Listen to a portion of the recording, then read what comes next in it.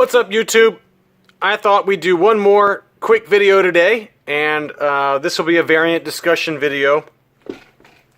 As you can see, I've got a lot of Jawas here in front of you, and a viewer of mine had asked about my Jawas because they showed up in the background of a couple of my videos, and so I thought we'd talk about them as well as some of the other Jawas that are available out there that I do not have. The Jawas are kind of an interesting figure. There's kind of a long story behind them, and so I think what I'll do is I'll just delve in and show you the ones I have and give you my thoughts on them, and I'll at the end I'll kind of talk about maybe some of the other ones that are out there that are very rare, or even some of the ones that are not so rare that I haven't picked up yet. But anyway, let's go left to right, shall we? Here we have a Jawa, and it is, let's see, we're going to have the camera having trouble focusing again. I hate that. 1977 Kenner Star Wars loose, come on. There we go. Loose action figure. This is a Hong Kong made variant, and it's got the light brown stitch, and this came back as a 90, near mint plus to mint. So the vast majority of these that I'm going to show you, what's different about them is that the cloth robe, you can see around the wrist area as well as at the feet. A lot of them use different kind of stitches, different colored stitches, and I mean there are so many of them. I've tried to kind of keep track of them all. There's actually nothing online, no firm database as to what all the different variants are for the cloth robe, but you know, these figures, I mean, it's crazy how many different stitches they used and how many of them have been graded and certified. So it's been kind of like a challenge of mine to identify them all. I've seen a bunch of them that have sold on eBay that have not, at the time I just didn't have the money for them. But as I've had money available and I had nothing else that I've had my eye on, then I try to pick them up. But this one, again, has the light brown stitch. So next we have, again, this is a no COO variant, so I assume this was on like a Palatoy, not a Palatoy, but a Palatoy or Tri-Logo card, and this has got the small hood with the dark stitch, and this came back as a U85.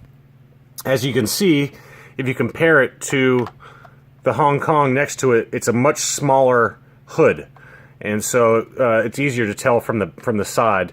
As you can tell, for whatever reason, the manufacturer made that hood quite a bit smaller.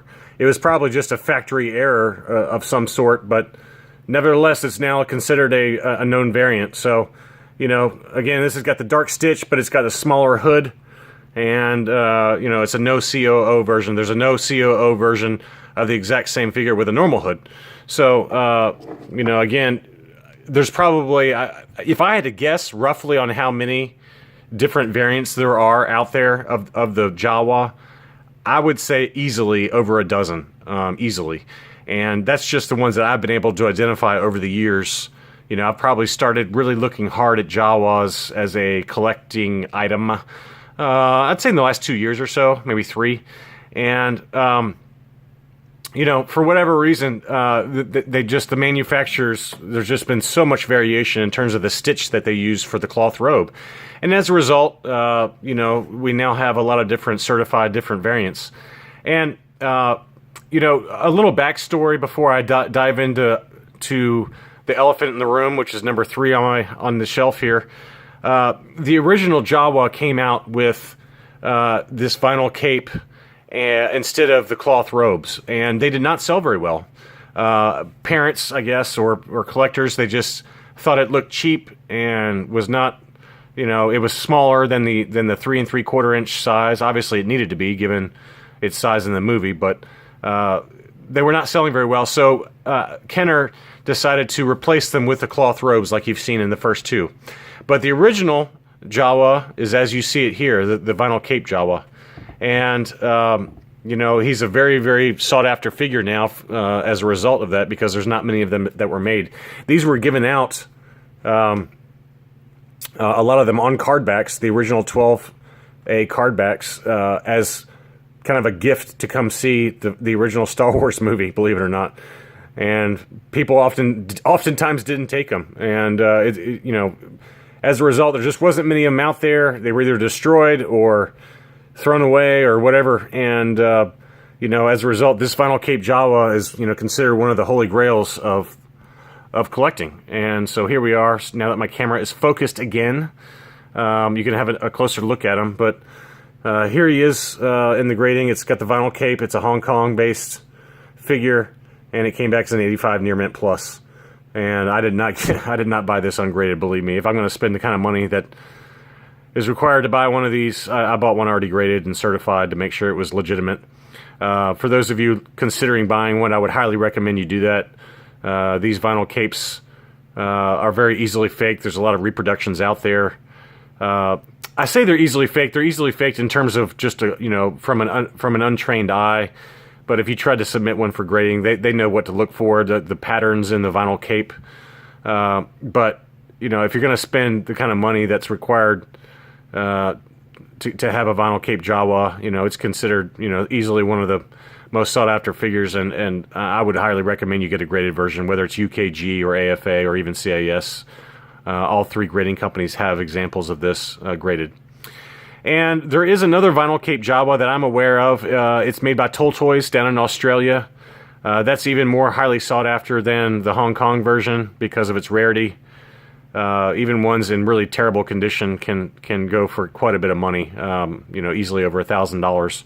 An 85 graded Toll Toys version like this would sell for quite a bit more than the Hong Kong version.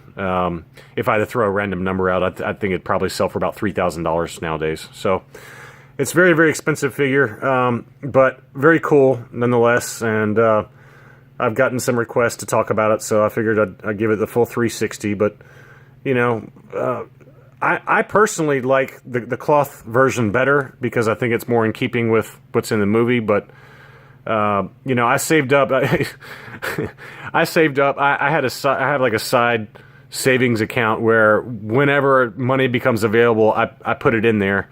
Lately, I have not because, as you can tell by my unboxing videos, that I've been buying a lot, so I don't have much in there right now. But I bought this, I can't remember, maybe three years ago or so, and it took me about 2 years to save up for this figure. So, you know, it's definitely one of the most,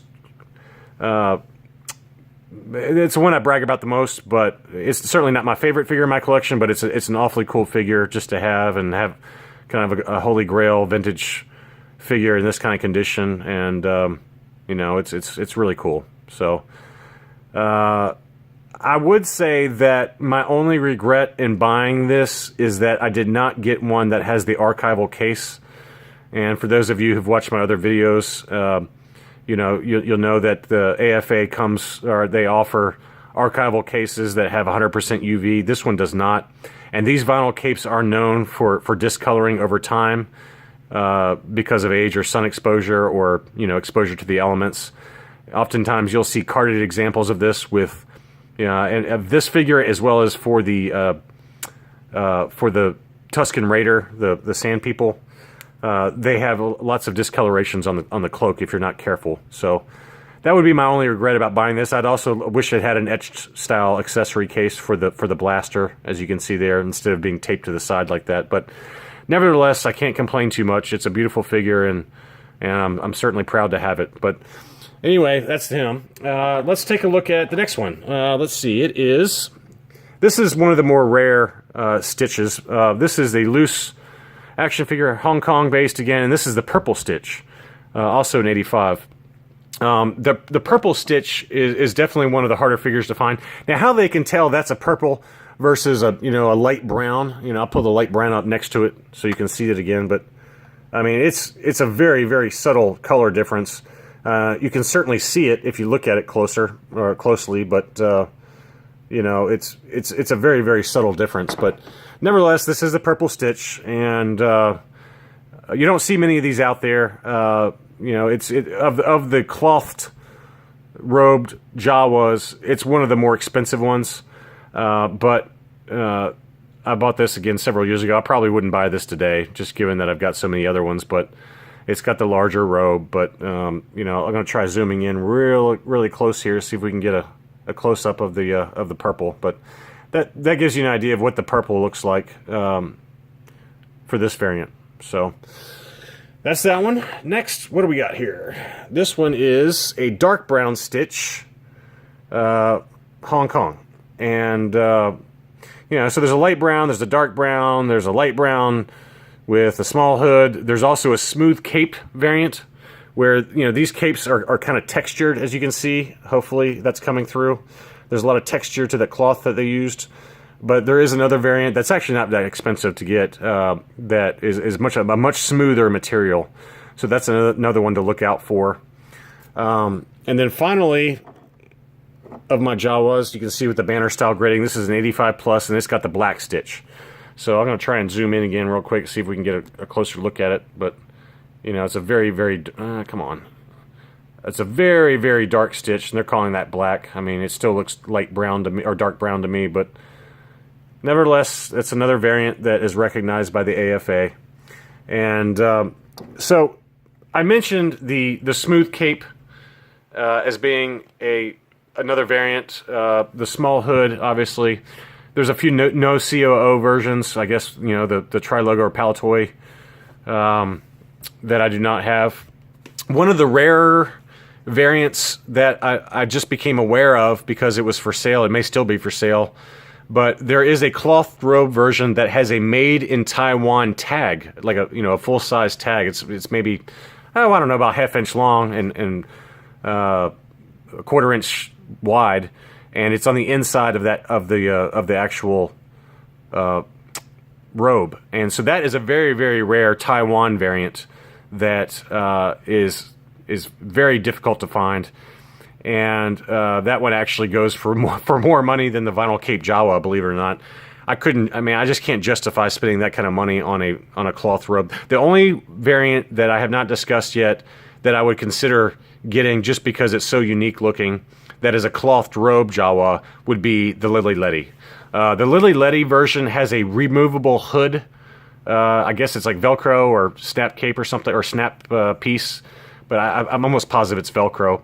And the hood actually comes off of the rest of the robe. And they are extremely rare, very difficult to find. They go for about the same prices as the vinyl cape Jawas. But, you know, the Lily Lettys, as I've covered in a couple of my other videos, they're made in Mexico. But that's another variant that's also very, very difficult to find. In terms of the stitching, the other two variants that I know of are a gray stitch and then a green stitch. So you got black, you got brown, you got gray, and you got purple, and you got green. So, I mean, there's a bunch of different colors out there. And obviously, once you start diving into the countries of origin, the Hong Kong versus Taiwan versus no COO versus Lily Letty, I mean, there's just a million different variations for these figures. Smooth cape versus not smooth cape, small hood versus not smooth hood. You know, so I mean, there's just so many different combinations of stitching and hood size or hood type and country of origin and, you know, texture to the robe. So good luck trying to nail them all down. But you know, if I had to throw a round number out, it's probably in the neighborhood of 12 to 15 that are out there that I've been able to identify over time. And like I said, in terms of most expensive to least expensive, you're probably talking the Toll Toys vinyl cape Jawa, followed by either the vinyl cape Jawa or the made in Taiwan tagged. It might be made in Hong Kong, so excuse me if I should have looked that up before I started this, but it might be a made in Hong Kong tag, not made in Taiwan.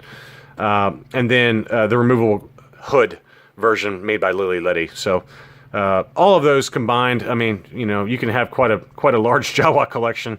I've kind of gotten sick of buying them as of late, so I haven't gotten any lately. But you know, maybe at some point we'll get some of the less expensive versions to add to these. But anyway, I had a request to talk about them, so I just thought I would. I'll take one more zoom in for the vinyl cape Jawa, since that was what was specifically asked about. But you know, very cool figure.